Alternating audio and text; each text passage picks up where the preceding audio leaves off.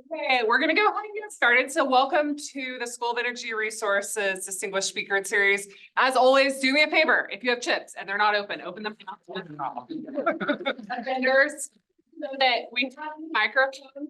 So thank you for bearing with us. We haven't had a lot of these this spring semester because our room was getting updated. And so this is our first back for this spring in this room.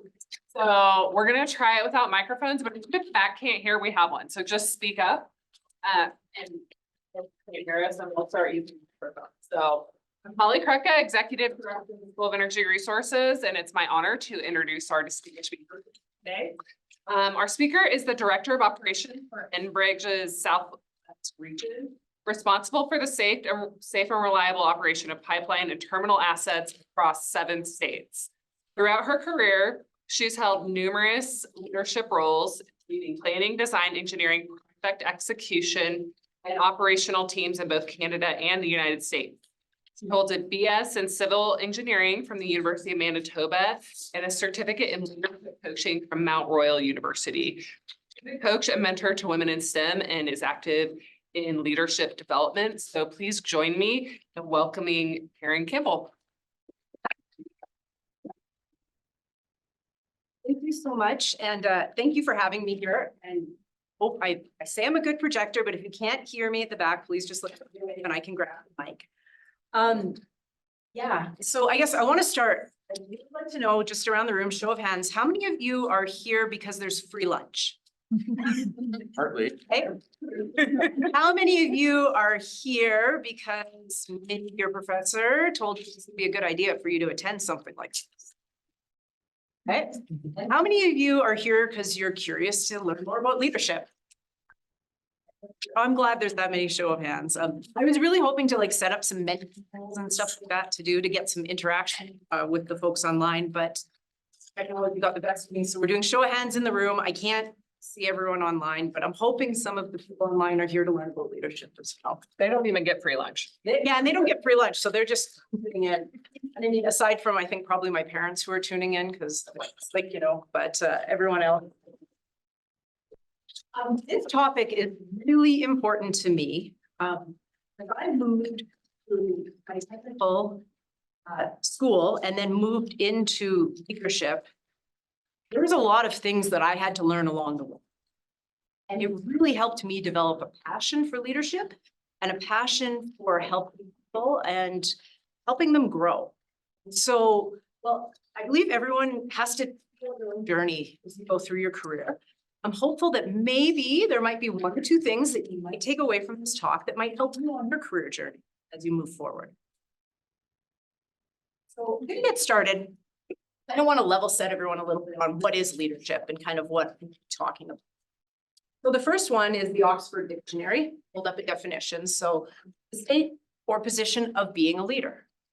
The ability to be a leader or the qualities a good leader should have. So some pretty straightforward definitions from the Oxford Dictionary.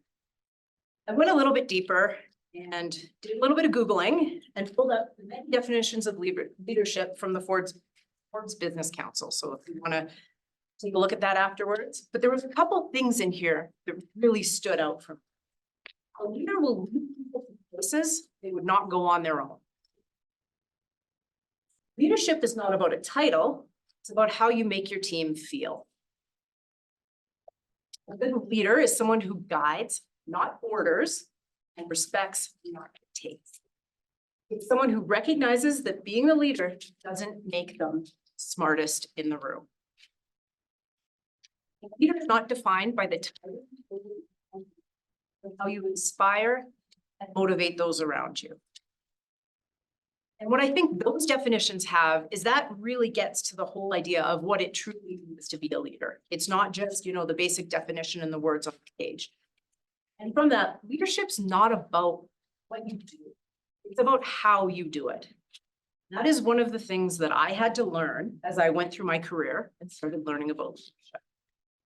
I've got another show of hands question for everyone based on these definitions. When you think about your future career, how many people are interested in maybe pursuing leadership?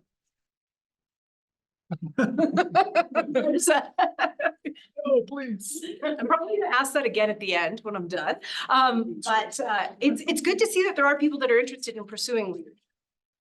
Because I think that that's one of the key things as you're moving into leadership. It's something that you have to be interested in and that you have to want. So why leadership? I'll ask everyone in here to maybe just shout a couple of reasons out. Why are some reasons that somebody might go into leadership? Make a difference. Friends?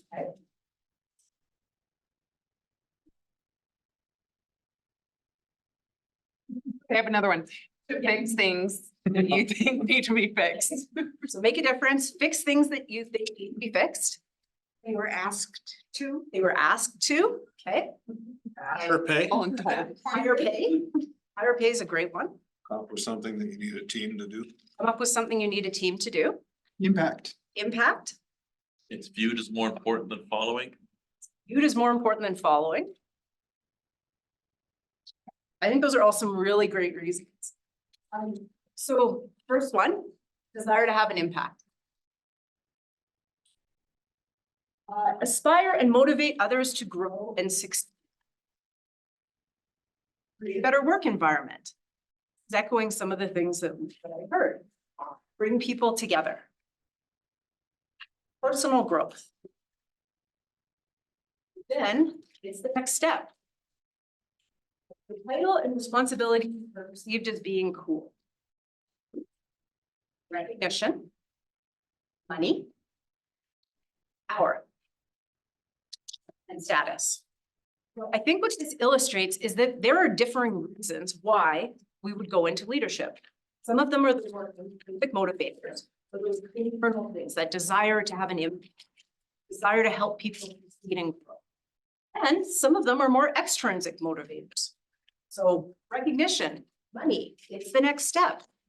And I truly think that in leadership, there's a balance of both of these. But one of the great questions when you're looking at leadership, and that I've been asked numerous times from my colleagues, is what legacy do you want to leave?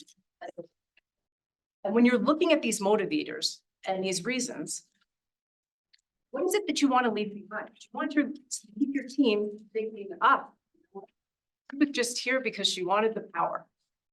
Or would you like your team to walk away and say, hey, she helped create a better work environment? So these are just a couple of things that I wanted to level set everyone on before I go into a little bit more of some of my own personal experiences. So my leadership transition. I'm an engineer, spent 4 years, first 4 years of my career, working in a very technical role and really diving into that technical aspect. And I really wanted leadership, but I didn't know what that meant. I really had no understanding of what it meant to be a good leader, what it meant for a leader to lead a team. I had no idea. And it was the logical next easy step for me. And easy is italicized because at the time, it seemed like a really easy step. Spoiler alert.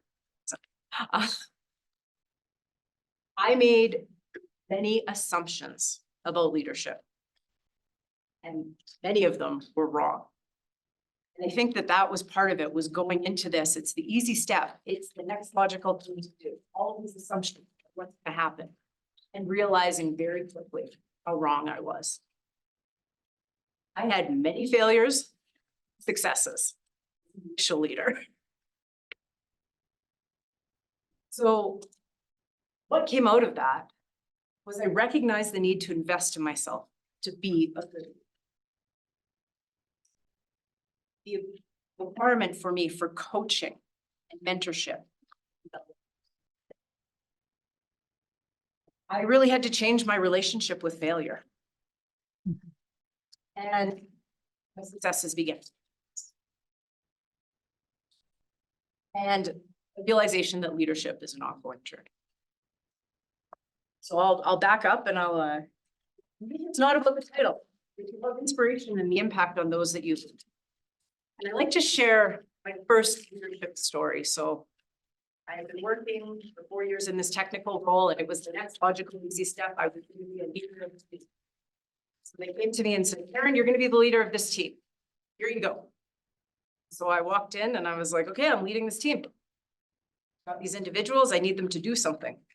So I told them what to do. They didn't do it. So I told them again, you need to do it. And you need to do it this way. They didn't do it. They continued to do what they wanted to do, how they wanted to do it. And I could not get them to move towards the goal. And I couldn't figure out how to influence them, how to get them to respect me. And it was this battle of back and forth and back and forth. And frankly, I walked away. It was, many assumptions, a lot of failures. And I was about 6 months in and I was like, I am going back to a technical role. Leadership is not for me. This is not part of my development plan. Like, this is where I thought I wanted my career to go. It's not happening. And I literally just said, okay, I'm moving into a different role and I'm out of here. And I think had I not connected with other leaders and had conversations about what happened, I walked into this, I had no skills. I didn't know what it takes to be a leader. I just thought, walk into the room and everyone's going to listen to me. And it was such a wake up. And I think at that point I started to realize, and I shared this with people, is that, I spent 4 years in undergrad becoming technically proficient as an engineer. And then I move into a leadership role, which I argue you probably could do a 4-year undergrad degree on how to be a leader. And I just expected those skills to like naturally appear. I don't even think I took the time to ask what skills I needed. And so that's part of how this, this whole conversation was born for me, was that, realizing that anyone who's in a technical STEM role or an energy role, you're learning all of these skills in school. Just to have that recognition that when you now may want to move into leadership in your career, there's additional skills you need to learn. And so to make sure that you employ that ongoing curious nature of wanting to understand what more do I need to learn to get good at this? You spent, 4, 6, 8 years learning how to be really good at, the technical stuff that you learned in school. Now, how do you apply that same learning mentality as you move forward? A couple of things that have really stuck out for me. Leadership is a choice. It is a choice that you need to look at, and you need to look at your career goals. You need to understand know yourself. That for me was huge. Getting to know who I am, getting to know what type of leader I am, getting to know my values. And you asked me when I was in my undergrad what my values were, getting good grades. Like, it was so different, but getting out there and understanding, really taking a look at even who I was outside of school. What are these values? What are like my North Star? What's my motivation? Why do I want to do this? And why? You may be familiar with Simon Sinek. He is one of my favorite leadership speakers. He's got lots of TED Talks. He's got some great books. I like to quote him a lot, so you'll see him quoted in my presentation. But finding out what your why is. Why is it that you want to do this? Again, going back to leadership is a choice. Why are you making this choice? It's a big decision, and by big D, it's got to be something that you consciously choose to do. You can't just kind of haphazardly be like, oh yeah, I guess I'm going to decide I'm going to be a leader. I mean, you can. You might go back to what I said, which is the many failures and few successes. But if you want to have more successes than you have failures, and you want to be able to inspire and lead a team, it's got to be that big D decision. And I think this is really important. And I think it kind of comes back to the status and the idea, when I, again, went into my first leadership role, I had started at my company with a bunch of engineers in training, and I took that leadership role, and I was going to be the first engineer in training out of my entire peer group who was going to be a leader. Like, that's awesome status. But I'll note that not everyone wants to lead. And it's okay to recognize that within yourself. And it's okay to lean in to the other aspects in your career. Leadership does not have to be that next step or that higher. If you or if you are interested in staying in technical, that's great. We need that. Not everyone needs to be a leader. Not everyone wants to be a leader. That's completely okay. And I think, yeah, start with my first assignment, to inspire somebody starts with clarity of your why. You want to inspire those around you to follow you. You have to know your why. And you actively have to choose to be a leader every day. When you're a leader, and I've had days where like I show up and I'm like, oh, I'm really not feeling this today. And something happens with my team and I don't have the choice to kind of walk away and be like, oh, it's like, okay, I've chosen to be your leader. What we need to do? Let's come together. Let's figure this out.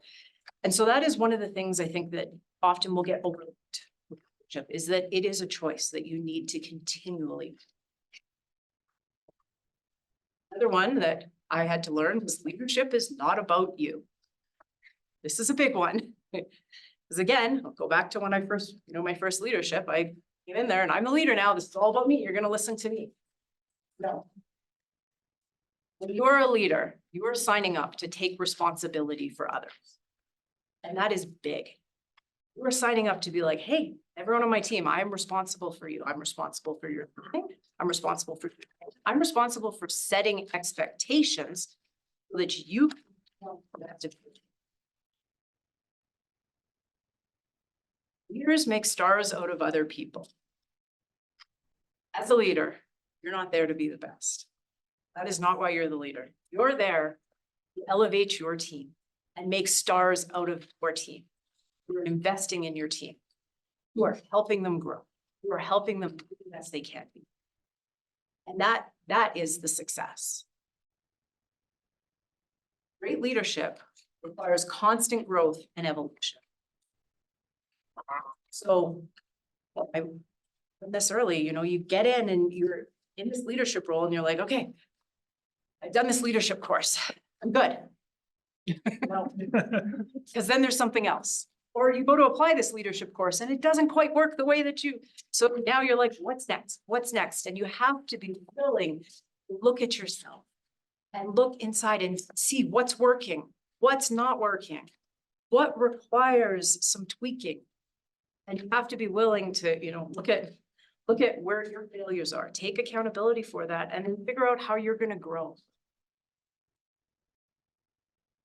Leaders set the culture of the team. I think this is huge. I've personally been on teams that don't have great leaders. And it can be really frustrating to be there. And as the leader, you're setting the culture of the team. The other thing I would like to put, a little thing is that, again, leadership's not about title all the time. So when you're a part of a team, and whether that be, a work team or even I think about in my undergrad, the dreaded group project team, or at least it was dreaded to me. You're part of that team. And if you'll have people who will step up and be leaders. And remember that you're there and you're setting the culture of that group.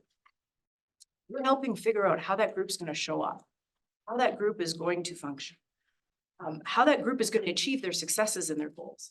It is so important. Another great Simon quote: the role of the leader is not to come up with all the great ideas.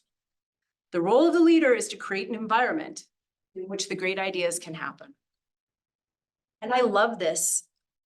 Sometimes even now, I'll be sitting with my team, and I have a team of really smart, awesome people, and they've got tons of great ideas. And sometimes I get excited, and I have tons of great ideas too, and I want to share them. And I have to remember that when I'm there in that capacity, it's not my job to share my great ideas. It's my job is to facilitate it so that my team can come up with these great ideas and we can action them and move forward.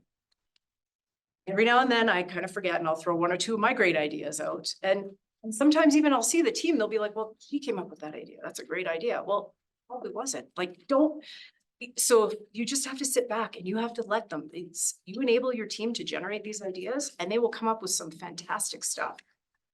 I've been sitting in meetings where people are coming up with stuff that I never would have dreamed of.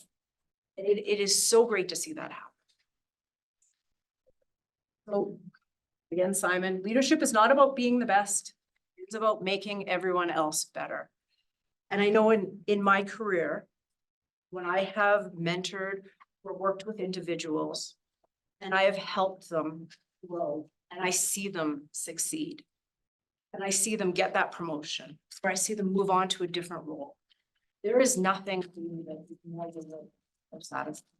Than seeing that. You know that maybe I played like just a little part in them being successful in their career.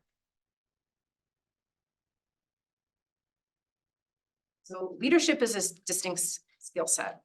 I touched on that a little bit where I think, you probably could do a whole undergrad degree. Technical proficiency does not equal leadership excellence. I like to call that out because that was one of my first things that I had to learn when I, walked in there and I'm like, I'm a great technical leader, so therefore you need to listen to me and follow what I'm doing. No, that was not it. And yes, that technical proficiency as a leader will help. It helps. It can help you relate to your team, but it doesn't automatically mean you're going to be an excellent leader. You have to actively work on it if you want to be great. So going back to, continuing to look at different ways to grow and learn, seek feedback, figure out as a leader where your blind spots are. Like I've gone down that path where I've developed certain areas and I think that this is great. And then I'll ask for feedback and somebody will point out a blind spot over here that I didn't even realize I had. And knowing that gives you the choice to be able to change and make improvements. Leadership requires vulnerability. That's a really big, a buzzword. I hear it a lot, but it requires that ability to stand up in front of your team and be like, hey, I don't know the answer, but let's figure it out. Or, hey, I was wrong. That is a pretty big, at least for me, first time I had to stand up there and be like, hey, I was wrong. It was hard. Or, hey, I made a mistake. And what can I do to fix it? I do find those muscles get a little bit easier every time, but even, sometimes as a leader, you go in there and you think, know everything. No, you shouldn't. You shouldn't.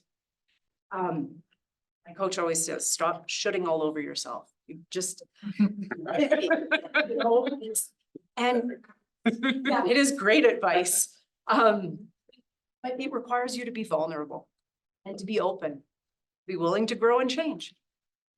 And I think that's a skill because, for me, the vulnerability not come naturally. I mean, even 6 years of undergrad in science, I'm not going to admit when I made a mistake. Like it's being comfortable, like in the gray area, you do an exam, it's like, right? Or it's wrong. I mean, I think I probably tried to argue a few times on some of the exam questions that I answered in the gray, that maybe the gray should be given some bonus points or something, but like, it's either right or wrong. And when you have to stand up there, I'm used to like practicing, always making sure I'm right.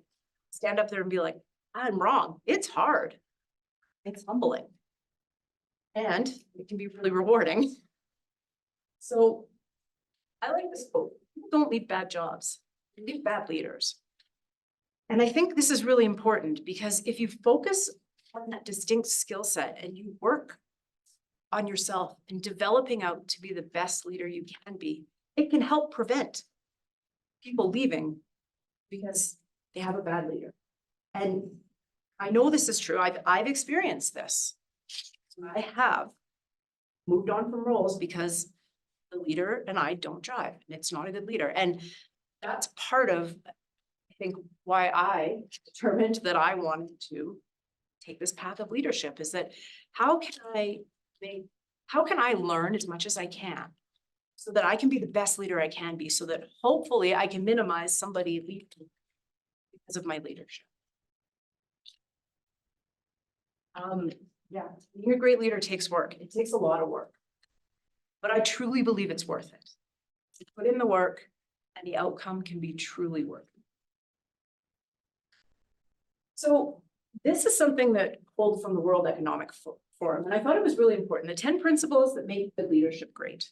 And I'm not going to go into great detail on all of them. If you're interested, you can definitely pull that up and just look and pull it up in Google. Just But there are three I wanted to just focus on, and these are the three that I have found to be really impactful for me. So the first one, feedback positive. What does that mean? It means getting comfortable giving feedback as well as taking or receiving feedback. They're two different things. Start with receiving feedback. Again, back to being vulnerable. Sometimes it can be really hard when you sit down and you ask somebody for some feedback on something you think you might have knocked out of the park. And they're like, oh, hey, you kind of missed the mark there. And I know that even now, sometimes I want to climb up and like you have that visceral reaction of like, I don't want to hear this. And to take a breath and to just be open to hearing it. Because feedback is usually coming from a place of good intentions, especially if you've asked for it. Somebody's wanting to help you get better. And so if you can just take a moment, listen to the feedback, and then determine what, how you can move forward with it, I think it's extremely helpful. And then giving feedback. This is something that I used to struggle with. I love giving positive feedback. I mean, everyone loves to tell people when they're doing a great job. Sometimes if somebody missed the mark, I would just be like, oh, well, maybe just, and I would say it, but kind of glaze over it and brush it under the table, or I just wouldn't say anything. And I wasn't getting a really good response. One, people weren't hearing the feedback, or two, if I wasn't providing the feedback, like, how would they know to get better? And working with my coach on this, she said something that was so profound to me. She said that, Caryn, when you don't give somebody the feedback they need, you are taking away their choice. You are taking away their choice to change and get better. And how, as a leader, what kind of leader is taking away choices from their individuals? If you share the feedback with them, now they have the choice. But if you don't even share it with them, they don't have a choice to get better. And that just hit me. And so I took that as part of a growth and development, was to get better at giving people that uncomfortable feedback. And as I practiced, it's gotten easier. And what I've discovered is most people are usually very grateful for it. And sometimes when I provide feedback and people don't receive it as well, it's got nothing to do with me. It's the state, how they were feeling at the time. And we often have a great conversation afterwards. So I think that is such a critical skill to start honing in. Mentorship. This is something from I'm very passionate about. I was fortunate when I started very early on in my career to have some amazing mentors, individuals who helped me be my best, individuals who could see that maybe I was falling short on something and they came in to offer a hand and help me out. And really, I think when I look back at some of the mentors, it made a huge difference between me continuing on in a career in engineering and me leaving and going to do something. So as a result of that, one of the things I committed to do was return that. And so now I look to mentor individuals. I will look at if we have new engineers at our company to mentor, or even if somebody, reaches out to me. Likewise, if I meet somebody new or like newer to the company, I'll often say, hey, do you want to get together for a coffee? And maybe I can offer some mentorship if you're interested, and just put it out there. But I think mentorship is such a huge skill to have. And I think that it can really help develop employees and really help you, even as a leader, develop those skills. And finally, one of the biggest ones, emotional intelligence. And that is definitely a buzzword that is out there, but it is huge. And I actually have pulled up some details on the next slide on emotional intelligence. But when you're looking at these things, it's like, do you want to be good or do you want to be great? And I think that sometimes is that defining characteristic. What do you want to be as a leader? So emotional intelligence. I like to level set everyone on. Because this is definitely a word that's out there, but when it was first introduced to me, I didn't fully understand what emotional intelligence is. So the ability to understand, express, and regulate one's own emotions and to perceive and respond to the emotions of others. So that's one of the definitions. And that's a pretty big, when I saw this originally, I was like, that's like a psychology Jedi mind trick. How can I do this? It is proven to be 2 times as important as your IQ. That is big. Your ability to regulate your own emotions or to perceive others' emotions is 2 times as important as your IQ. It enables individuals to use emotional information to guide their thinking, behavior, and communicate effectively. Build healthy and productive relationships with others. Again, huge. Like if you have the ability to do that, that's huge. And then finally, awareness of how one's own emotions drive behavior and impact other people. And I think all of these things are so important. And this is a skill set that is not natural to people. But it's a skill set that can be developed. It's a skill set that can be learned. I don't know if you learn it to the whole Jedi mind trick, but like it can really help. I think for me, it was so impactful, and I realized, like, again, with my team, if I walk in the room and I'm just like in a crappy mood, I can just take the mood of the room and change it totally. Like I can walk in a crappy mood and they could be all chatting and in a great mood, and now all of a sudden they're just down in the dumps. Or realizing that, hey, if I'm not in a great mood, just take 5 minutes outside. Level set, walk in with a positive attitude, can totally change the room. And I think that those are some of the awarenesses. The other reason too that I like to talk about emotional intelligence, and I'm not sure, when I went to school, I heard all the time, engineers have no social skills. I don't know if that's still a thing, but it was, I heard it throughout my career. And then I would get people say to me like, you don't seem like an engineer. Are you sure you're an engineer? And that's why I like to bring this up, because I think that, you know, it's another mission is to distill that. Engineers have lots of social skills, like lots, but if we can hone in on the emotional intelligence and that intelligence about how we interact with others, from a leadership perspective, that's great. From being on a team, that's great. From just an overarching human experience, I think that that is a really great thing. So that's why I kind of pulled this one out separately. It's something that I'm, you know, quite passionate about.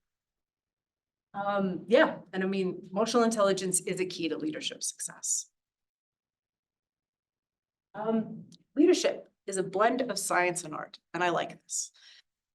When I first went into leadership, I was like, oh, this is great. Oh, leadership in neuroscience. I mean, I went and got a little certificate in leadership in neuroscience because that's science. And how does the brain work? And I'm going to learn all of the science of how the brain works because I like science. Science has a definitive answer for everything. And so study and learn the science. That's what I did. I jumped in 2 feet, as much as I could. And then what I discovered was throw humans in the mix and it turns it all on its head. So I've read the science. Science says this should happen. But now there's a person, and that's not how it's. And I love this analogy of like, look at this as a bicycle spoke. And so in here you have values, and this is for an individual, their values, their experience, their education, their motivations, their personality, their technical expertise, their beliefs, their trauma. I mean, those are just some, but that's everything. That's how it makes how human beings are. And on any given day that you're interacting with a person, the wheel could turn and maybe their values and experience are at the top. But maybe a couple of days later, it's their beliefs or their trauma. And so as a leader, you have to be aware of that because go in with all the science and you're like, hey, this is how it's going to work no matter what. And then it turns it on its head. Now it's completely different. You know, the interaction or the way you approach somebody today, if you're not aware that it might be a little bit different, your intentions could fall flat. And so I really like this idea of like, you know, it spins constantly and it spins constantly for all of us. It impacts how we show up there. So knowing that, and then knowing that you've got a team, it's good to be aware of, hey, they might be showing up differently. So all in all, it's take the time to understand the people that you can't use that same approach for everybody. And you can't even use the same approach for everyone on any given day. Build your relationships. Talk to them. Figure out what makes them tick. Figure out what's important to them. It helps you understand them. And that also really helps develop the trust. Develop the trust with your team. Get to like know them a little bit. Get in the habit of just asking them, what's up today? Sometimes people will share stuff with you, sometimes they won't, but it helps you kind of gauge what really needs to be important here in this interaction. And check in frequently and really get to know. They're human beings. Your team is made up of human beings. So really getting to know them and figuring out how they tick is really, really helpful. And I want to leave this with is, this was something, get comfortable in the gray. For me, that was really, really hard at first, was again, scientists, black and white answer, yes, no, yes, no. That's it. Throw humans in there. There is no yes, no, it's gray. And that was something that's really big. How do I get comfortable in the gray here? How do I get comfortable in not knowing? How do I get comfortable in knowing that my interaction today might be like, I want predictability. As a leader, you have to realize that that's not going to be the case. So the key takeaways that I wanted everyone to have as we went through this was that one, leadership is a choice. And it's a choice that you need to make. It's that decision. To just sit back and just let it happen. You might be a leader for a little bit, but you may not be a great leader. And leadership is not about you. It is about your entire team. So if you're getting into leadership, to be, the first one in your group of peers that was a leader, or if you're getting into leadership for that recognition, again, those extrinsic motivators may have some success, but you may not have a team that's going to follow it. Leadership is a skill set that requires active development. You have to go in there with that open mind and that willingness to learn and grow. Willingness to, be better and figure out where it is that you need to find your skills and really, really lean. And leadership is both science and art. So I think this is one of the things that I've talked about and I really feel very strongly. As a leader, you can be that force of change in someone. You can inspire them to achieve great things. And if I could get anyone to take anything away from today, that would be it. Is that as a leader, that's what you're trying to do. You want somebody to achieve great things. So I guess on that, now that I've kind of talked, has anyone changed their mind about leadership? Or if anyone wasn't interested in leadership before, are they interested in it now?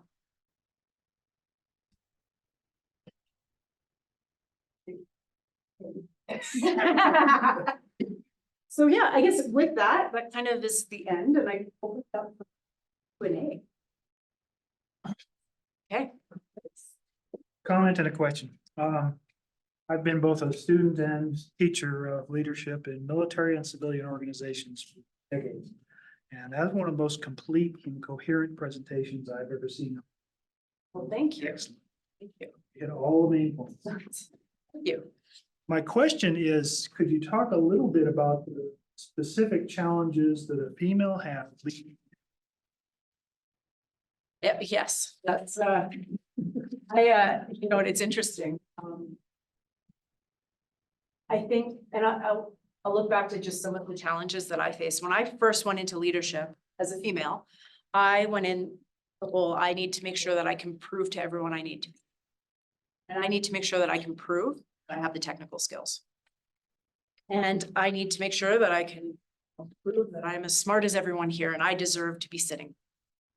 And what that led for me was I was going in and I wasn't listening to people as a leader. I was busy trying to prove I should be there. And I was met with a lot of pushback. And I took it away to be like, see, female leading men, they don't want it. And through having conversations and questions, some of the things were, what if you just stepped back and you listened? What if you stopped trying to prove that you need to be there? What if you created a culture where people could just come together and grow? And what would that do? And I will say, like my coach, this was a long learning process for me to get there. But working with her and really getting some good feedback on that, I really started to see the benefit of just sitting back, asking those curious questions and just starting to listen. And even when I come across, if I'm in a situation where maybe I'm feeling like there might be a little bit of pushback because I'm a female, I'll just get curious and ask some really good questions about what's going on.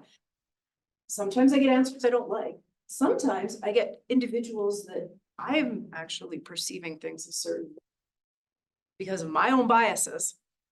And that's not actually what's going on.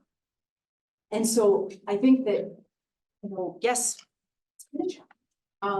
But sometimes I wonder how much of that challenge I put on myself versus how much, I have encountered. I think the other thing in that too is it is really important to seek out allies and mentors who are there to support you.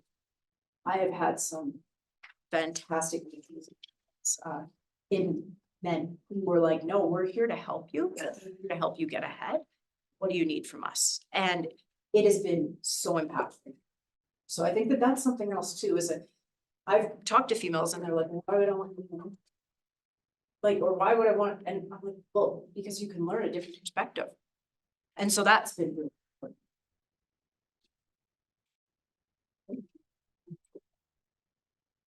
I have a question in that I'm curious, comment and question. I think, if you look at at least in industry, and people in the C-suite, there is a disproportionate number of people that have come from a finance background. And so I think what you're doing here is really important because you talk about what you see, what's your passion behind this and what's the value of getting folks with a STEM background to take an interest in leadership roles. And it is a harder transition in some ways because of the black and white training you received for a lot of years. So. Yeah, I think, I think that part of it is that I think that STEM background, it brings a different unique perspective. And I'll even say now I'm in an operations background, so I'm got the engineering, but now I'm who's on the ground with the operations. And again, a different perspective. So if we can grow those leadership skills, individuals that have a little bit of a diverse background, that helps bring that diversity up to that leadership level so that you have different people, looking. And yes, I have seen that with finance and business drivers. And yeah, business is very important, but so sometimes is the technical expertise or the operational expertise. And if we can find a way to bridge that, we'll have a C-suite or a leadership team that has a bunch of different perspective, which I think makes the team even stronger. If you have, always think about that, people like people who are like themselves. That's a big thing with biases. And I look at some of the teams I built and I was like, oh, there's a lot of blonde-haired female engineers on that team. I'm like, wow, I wonder how that happened. And it's one of those things where you open your mind up and you get more diversity in there. So I think for me, why I'm so passionate about trying to bring this topic up. And again, it's part of the reason, I've heard it so many times through my career, oh, they were such a great technical engineer, but they flopped as a leader. And I've heard that so many times. And what I also have heard is that, well, you're a great technical leader, you should just be an amazing, or a great technical expert, you should be an amazing leader. And I'm like, but those don't go hand in hand. They're a distinct skill set. And so that's part of why I'm just so passionate about it. And I like the idea of, sitting here chatting with everyone when you're in school years, is that, just realizing that, hey, when you get into industry or even if you continue on and you're doing your PhD, you're a leader. There's in so many aspects of your life when you leadership to realize that there is that distinct skill set. And if you want to be good at it, you have to invest in that distinct skill set. And I think that will then help make you well-rounded individual as you're moving from that technical background into leadership. But yeah, the amount of times that I've heard them say we promoted him to that level and just didn't work out. And I'm like, it didn't work out. Were they provided any leadership skills or any training to help them be successful? And the answer is often no. Yeah. Hi. Okay, so not to make it totally gender-based here, but one of the really common comments that we hear for women, especially growing up, is that women shouldn't be good leaders, they're too emotional. Yes. And what I'm hearing you say is that emotional intelligence is a priority in leadership, which I wholeheartedly agree with. What do you have, or any suggestions do you have for like shifting that culture and prioritizing empathy in everybody roles? Yeah, it's a definitely, it's been a change. You know, and I still remember after I started working, it was like you show up at work and you take all the crap that's happening in your personal life, you just leave that at the door and come in. And love some of the training that it's like, no, we don't have two brains, we have one brain. It all goes on in there. So you got crap going on at home, guess what? It's coming in the door with you at work. Like it just is. And I think in the past that, you know, that desire to compartmentalize things, hazard a guess to say that it probably didn't work all that well. You see people dissociating, you see people coping mechanisms, all that stuff. And I think the idea of like actually working and understanding that we're again, human beings, it's what we are, and we come here with all of our stuff. And so to be a good leader, we need to be able to tend to people who have all of that stuff. And it's not kind of saying, okay, like there's a balance for it, but I think that it's walking and realizing that, yeah, we're empathetic human beings. And one of the things that I've been doing with my team is we've been going through a leadership series where we talk about emotions, and you know what, it's tough. I mean, like, sometimes for me, it's hard to talk about emotions. And I walk in with my team all the time and I'm like, I'm gonna hug you guys. If you don't want to be hugged, just put your hand up. But talking about emotions can be really tough on people. So it's just starting to have those conversations. And we, in one of our training sessions, got these laminated feelings wheel. So that we could, and it's kind of, we've started to bring them into our meetings and be like, somebody point to the feelings wheel. And it's so interesting to have that with a bunch of field-based employees who are just out there getting the job done. And I'm like, wait, hold on, let's talk about our feelings. And sometimes, yeah, you get the like, oh, but it's just trying to normalize it and trying to see what we can do. And I think that that is everyone, just the culture is slowly going to shift if we start investing in that. And like, I mean, on my leadership team, it's mostly men. And I'm in this meeting with mostly men, and we're talking about feelings. And at first, yeah, they didn't like it, but we've been doing this now for a while, and now they talk about it openly. And what's really cool is that we get feedback from groups of individuals who like maybe come and present to us, and they're like, your team is like very cohesive. Your team is open. They ask lots of questions. Like, we've even seen teams like this before. And it's like, it's great to hear that, because I'm like, that means that the work that we're doing here is making a difference. And yeah, I mean, as a female, yeah, be very emotional. Yeah, I'm an emotional person. That's it. Like, you know what? I might cry. That's okay. Or as my coach always calls it, it's awful. It's mortifying for everyone. You just gotta let it happen.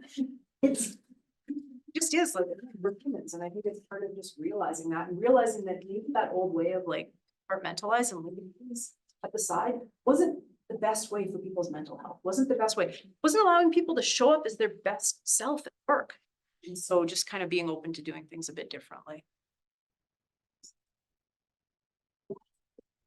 How did you find your leadership coach, and what types of things do you talk to that person about?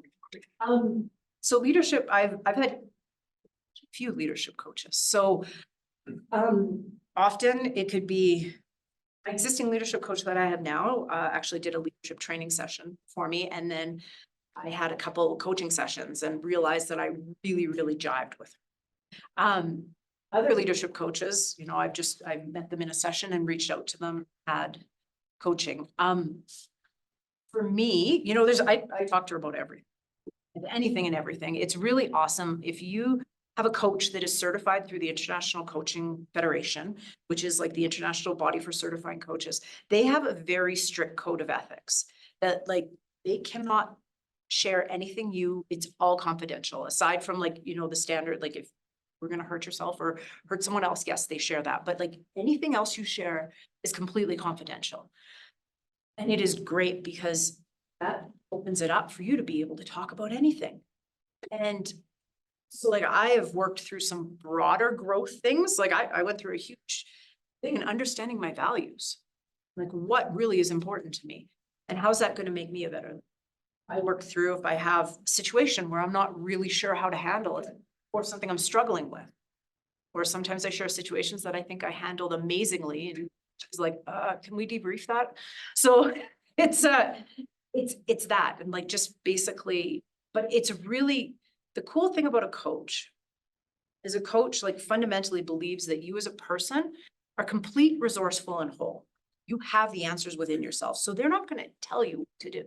They may offer suggestions, or you can ask for suggestions, but they will help facilitate you figuring out the best way to move forward and how to get that end result in a way that works for you. And so it's really, I think it's really empowering because it really helps you understand, you know, what it is that you need to do to grow.